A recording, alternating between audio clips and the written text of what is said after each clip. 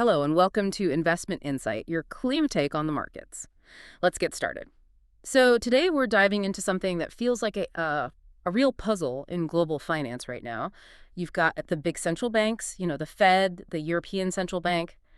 They're definitely trying to tighten things up, reducing liquidity with quantitative tightening, QT. Where they're trying to turn down that main public money faucet. Exactly. But then you look at the other side, the actual amount of money floating around, the broad M2 measure. And it's huge, still really robust, even hitting all-time highs in some places. It's a paradox. So our goal today is to kind of unpack this, synthesize the data, figure out why this is happening, where this, let's call it new money, or at least this available money, is coming from. And importantly, what hidden risks might be building up, maybe outside the usual view. Okay, let's get into it, because it does feel a bit like the central banks are, fighting one battle, while maybe the real action, the growth and the risk has shifted somewhere else. Maybe into the shadows. That's a good way to frame it. Let's start with the official side first, the central banks. Right, so they are genuinely trying to tighten. The Fed's balance sheet, it's shrinking year over year. They're reducing reserves, staying within that ample reserves idea they talk about. It's not just the Fed. The ECB, they sped up their asset reduction after that PPP reinvestment ended late last year. And maybe most significantly, even the Bank of Japan. They announced back in June they'd start cutting back on buying Japanese government bonds. That's a huge deal for them. Wow, okay. So the message from the official sector seems pretty clear then. Less easy public money. Definitely. The era of just flooding the system with central bank cash seems to be winding down, officially at least. Which brings us back to the paradox. If that public faucet is slowing to a trickle, how can M2, that broad money measure, still be hitting record levels? You mentioned the U.S. number. Yeah, U.S. M2 hit roughly $22.2 trillion back in August 2025, an all-time high.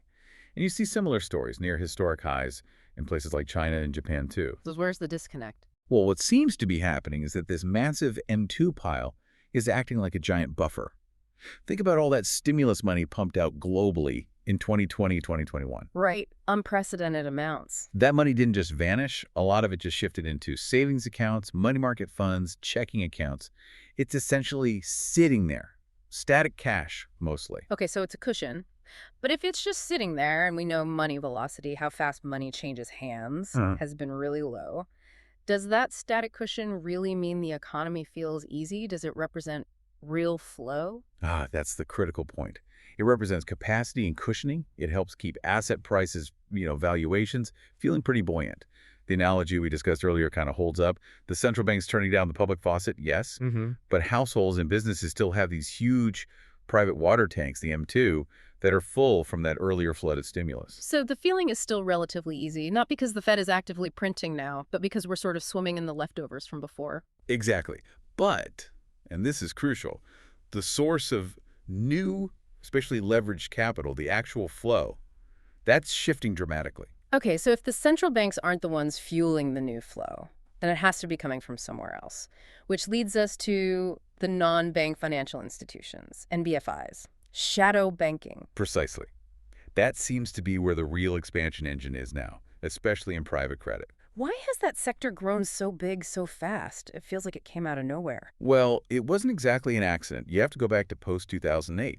Regulators, understandably, made traditional banks hold way more capital. Right, to make them safer. Safer, yes. Yeah. But it also made certain types of lending, like riskier middle-market corporate loans, much less profitable for them, especially if they wanted to use leverage. So banks pulled back from that space. Creating a vacuum. A massive vacuum. And NBFIs, particularly private credit funds, were basically perfectly designed to step in and fill that gap. They weren't subject to the same capital rules. So in effect, we pushed a lot of that risk outside the traditional heavily regulated banking system.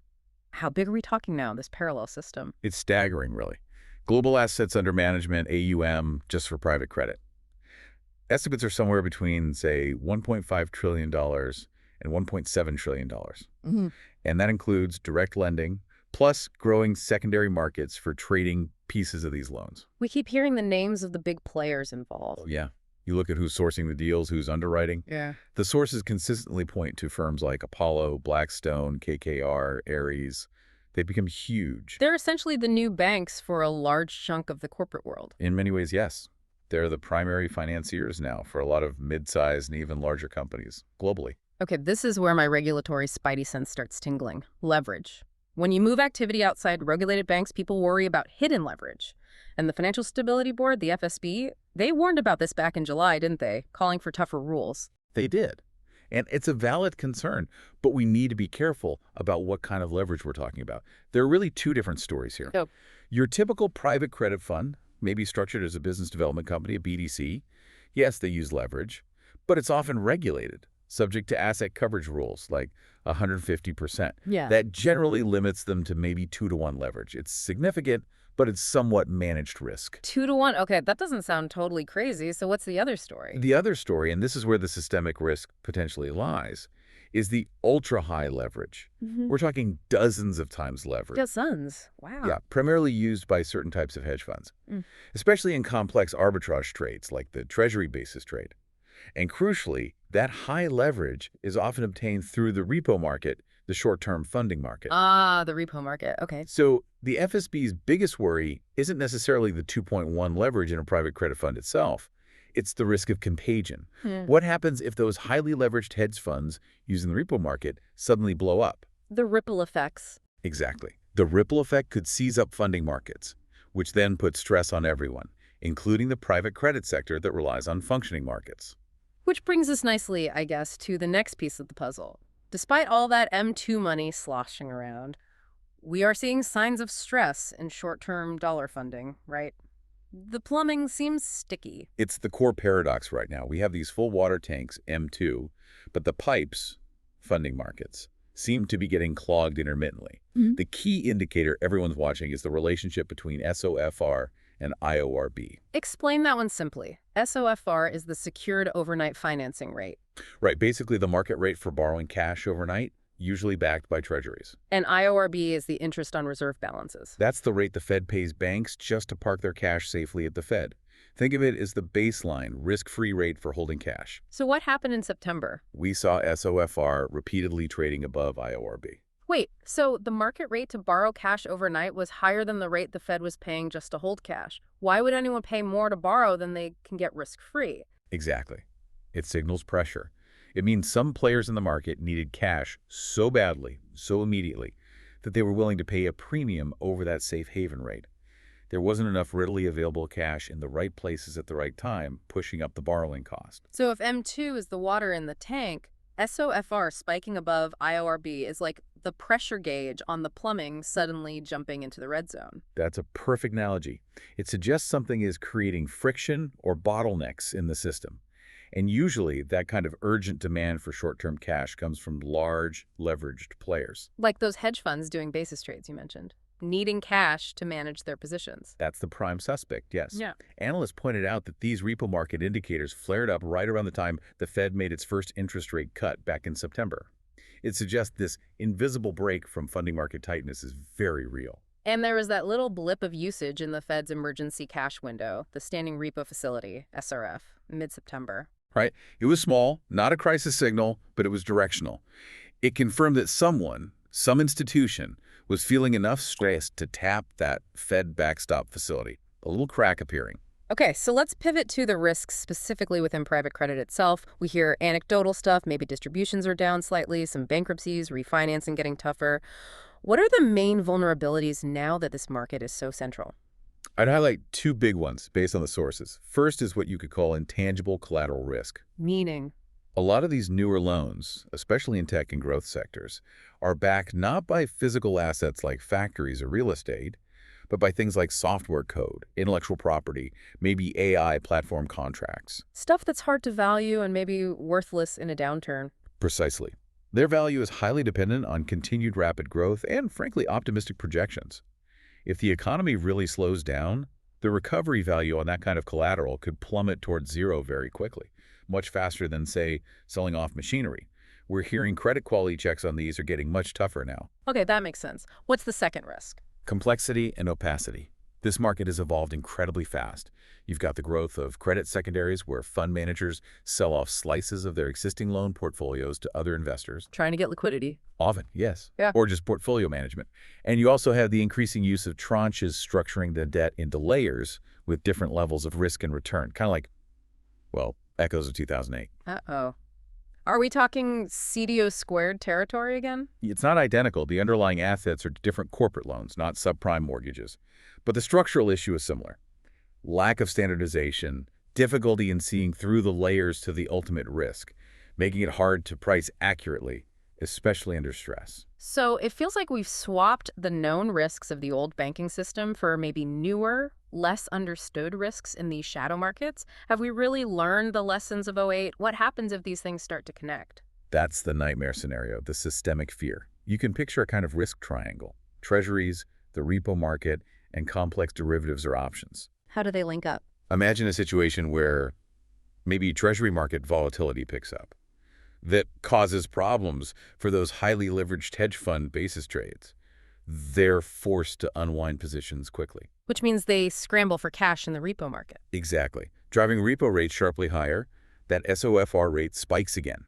That funding stress then spills over, potentially causing stress in the private credit world if their funding gets squeezed, or if asset values start dropping because of the broader market turmoil. The domino effect triggered by leverage and funding markets seizing up. Right. A sharp, sudden, correlated shock across rates, credit, even equities. That's the kind of event that could cause real systemic stress. Okay, amidst all this, there's a major policy push happening. It seems aimed at getting more money into this private market space, specifically from retirement funds. This feels like a really big deal. It is a very significant shift. You could call it the retailization of private markets, or maybe the retailization of risk. It started gaining traction with a Department of Labor information letter back in 2020 under the previous administration. What did that do? It essentially opened the door, cautiously, for including private equity and private credit indirectly in defined contribution plans. Think your 401k, typically through diversified vehicles like target date funds. Not letting you pick individual funds, but allowing them inside the broader mix. And that trend seems to be picking up steam now. Absolutely. It got a further boost in August 2025. There was a presidential executive order and a related move to formally withdraw an older, more conservative interpretive document that had kind of acted as a brake. So the policy direction is clearly towards more access for retirement savers to these private assets. Yes, though again, it's generally indirect access through diversified funds, not usually direct menu options for individuals in most 401ks. But the door is definitely opening wider. Okay, but this immediately brings up the big skeptical question, doesn't it? Are we just seeing institutions trying to dump illiquid, maybe high-fee, complex assets onto everyday retirement savers, people who might not understand the risks and definitely can't sell easily if things go bad? That is absolutely the core debate.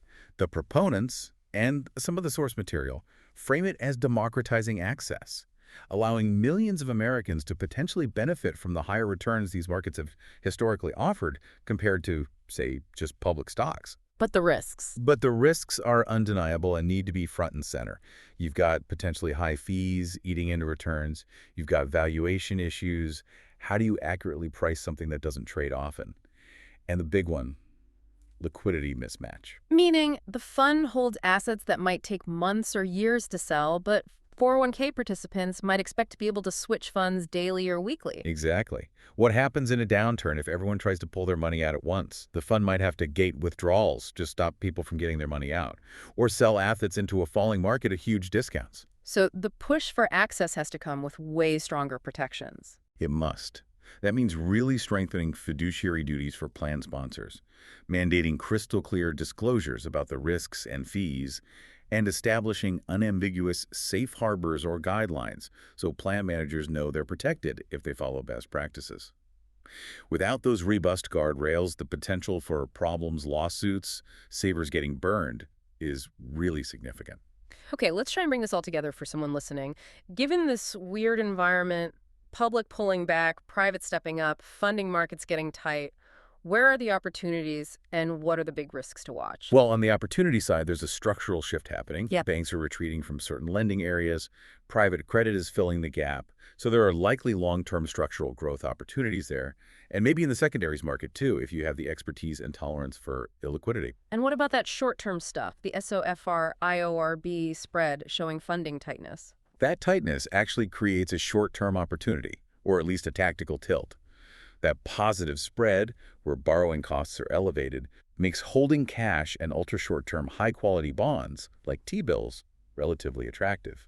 You're getting paid a premium for providing that needed liquidity. So that supports the idea of maybe a barbell approach. Exactly. Holding a good chunk of defensive assets, cash, T-bills on one end, and on the other end, selectively owning assets that offer potential growth or income, like high-quality longer-term bonds or, carefully chosen, private credit exposure if appropriate for you. Okay, barbell makes sense. Now the flip side.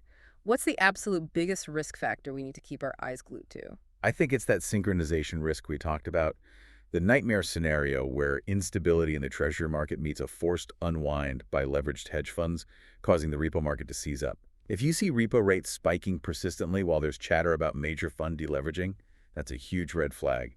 Time to get very defensive. And the second risk. Watching how this retailization plays out. If we see signs that the increased flow of 401k money into private credit strategies starts leading to funds gating withdrawals frequently, or if discounts in the secondary market for these loans widen dramatically, that tells you the illiquidity risk is starting to bite. So summing it up strategically? Strategically, yeah, the overall picture is public QP is real, the central banks are tightening, but this huge private liquidity buffer and the growth in private credit are supporting asset valuations, kind of keeping the party going for now. However, that intermittent tightness in short-term funding, the repo market stuff, that's acting like an invisible brake on the system. So the guiding principle seems to be the party continues thanks to private liquidity, but the exit door might be getting narrower because of these funding pressures and the opacity in the shadow markets. Well put. And it really does raise a fascinating, maybe slightly unsettling final thought. As these non-bank players, private credit, become ever more central to how the financial system actually works, does the nature of the next potential crisis change? Will it look less like a traditional run on regulated banks? And more like a sudden mass liquidity freeze in these less regulated, less transparent shadow markets. A systemic blockage where maybe the old central bank tools aren't quite as effective. It's a question worth pondering. If the risks are shifting into the shadows, the solutions might need to adapt too. That is definitely something to think about. A complex picture, but hopefully a clearer one now. That was a deep dive into public contraction versus private expansion. Don't forget to subscribe and hit that like button.